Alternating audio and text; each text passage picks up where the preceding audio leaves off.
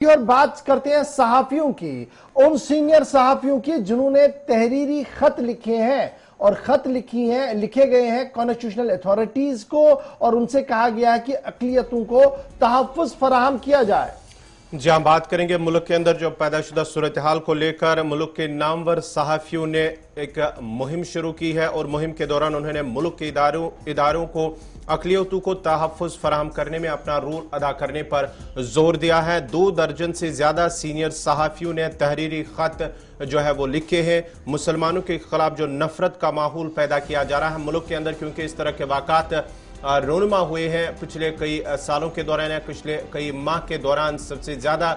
जो भी मामलात वो दर्ज हुए हैं और साथ ही साथ वो भी नजर आए, उसको मद्देनजर रखते हुए सीनियर सहाफियों की जानिब से तहरीरी खत लिखे गए। जो जिम्मेदार इदारे हैं मुल्क के अंदर उन्हें ये खत लिखे गए हैं कि वो अपना रोल अदा करे ताकि जो अक़लियतों के साथ हो रहा है उसमें उसको रोकने के लिए वो अपना रोल अदा करे हैं। 2 दर्जन से ज्यादा सीनियर सहाफियों ने इस हवाले से खत लिखे हैं। सहाफियों ने जो खत लिखा है जी, जो प्लान किया है वो सदर हिंद रामनाथ कोविंद के नाम खत लिखे गए हैं, सुप्रीम कोर्ट के जजों को खत लिखा गया है, हाई कोर्ट के जजों के नाम भी तहरीर किया गया है, इलेक्शन कमीशन ऑफ इंडिया के नाम किया गया है और दीगर जो कॉन्स्टिट्यूशनल यानी आईनी और स्टेशनरी बॉडीज हमारी है उन तक ये आवाज़ जो है वो पहुंचाई गई है। और ये जो ग्रुप ऑफ सीनियर जर्नलिस्ट हैं अक्रॉस द इंडिया, उनकी तरफ से एक अपील की गई है कि जनाब जो माइनॉरिटीज़ के लिए हो रहा है, जो ये थ्रेट माहौल बन रहा है, इसको रोका जाए। क्योंकि लगातार जी पूरे मुल्क के अंदर ये कहा जा रहा है हिंदुइज्म डेंजर में है और इसके लिए जी हमने और आगे बढ़ना होगा। और उन्होंने हवाला दिया है उस संसद का जो उत्तराखंड के अंदर हुई थी, उसके बाद बुल्ली भाई ऐप का उन्होंने हवाला दिया है कि किस तरीके से खवातीन को जलील करने की कोशिश की गई।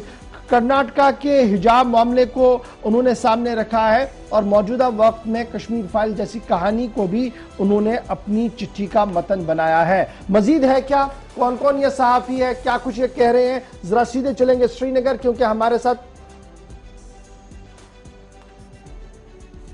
हिलाल हांजरी ज्वाइन करेंगे थोड़ी देर में। उनके पास चलते हैं ताकि हमें मजीद तफसीलात जो है वो आगाही दिल दे सके कि क्या कुछ वहां पर चल रहा है, क्योंकि चिट्ठी जो है वो तकरीबन 1 दर्जन से ज्यादा सहाफियों की तरफ से लिखी गई है और उसी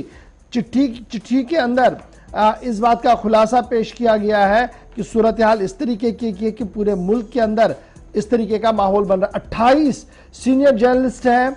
जिन्होंने अपने कंसर्न्स शो किए हैं और ये कहा है कि पूरे मुल्क के अंदर जिस तरीके का माहौल बनाया जा रहा है जी, ये माहौल मुल्क की सालमियत और इक्तिसादियत के लिए इंतहाई खतरनाक है। अब जिन लोगों ने अपील की है, N Ram former editor in chief the Hindu उसमें शामिल है और उसके साथ साथ मेरिनेल पी एडिटर हैं जी टेलीग्राफ के, आर गोपाल ये फाउंडर एडिटर वायर के हैं, सिद्धार्थ हैं जी एग्जीक्यूटिव एडिटर कारवान के, विनोद जोश हैं और इस तरीके से कई लोगों के नाम जो है वो सामने आ रहे हैं जिन्होंने ये मुहिम छेड़ी है कि किस तरीके से अक़लियतों का तहफ़्फ़ुज़ यकीनी बनाया जाए। और जब उन्होंने ये बातें रखी है तो पॉइंट टू पॉइंट उन्होंने लिखा है कि सन 2021 में जो धर्म संसद हरिद्वार के अंदर हुई, उसके बाद बुली एप्स का मामला सामने आया, उसके बाद जी जो चुनाव के दौरान माहौल सामने देखने को मिला और जिस तरीके से इलेक्शन कमीशन को एक रोल प्ले करना था जी चुनाव में, उसमें भी नाकामी दिख रही है। यानी तरह तरह की बातें जो है वो उनकी तरफ से लिखी गई है जो उन्होंने अपनी बात सामने रखी है। और इसमें अब उन्होंने न सिर्फ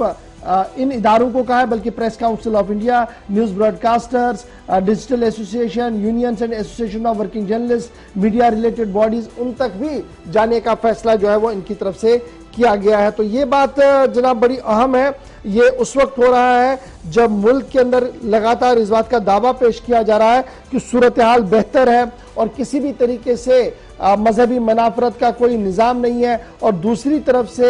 ये सहाफ़ी जो है ये बाहर आए हैं, इन्होंने एक मुहिम छेड़ी है कि माइनॉरिटीज़ को अदम तहफ़्फ़ुज़ का शिकार बनाया जा रहा है। हिलाल हमारे साथ जो फोन लाइन पर ज्वाइन कर चुके हैं। हिलाल, जरा अपडेट कीजिएगा, क्या कुछ सूरत हाल है?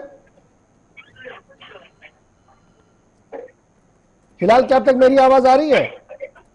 जी जी अपडेट कीजिएगा, क्या कुछ सूरत हाल है? जी, सवाल फिर से बताएगा प्लीज।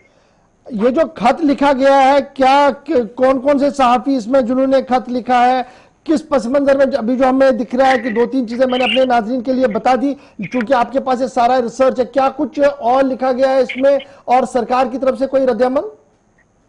देखिए गौर, इसमें कोई शक नहीं है, जो हिंदुस्तान है, हिंदुस्तान की जो पहचान वर्ल्ड वाइड हम देख रहे हैं वो सबसे बड़ी जमहूरियत की तरह है, वो सेक्युलर कंट्री की तौर पर है, और जो पूरे मुल्क की जो डाइवर्सिटी है जो सदियों से देखी गई है, उसकी एक पॉजिटिव इमेज जो है वो दुनिया भर में पाई जा रही है। लेकिन कुछ वक्त से, जब से ये नैरेटिव खड़ा किया गया है कि हिंदू खतरे में है, और उसके बाद कम्युनल राइट्स कई जगहों पर भी हुए हैं, तो उन चीजों को मद्देनजर रखते हुए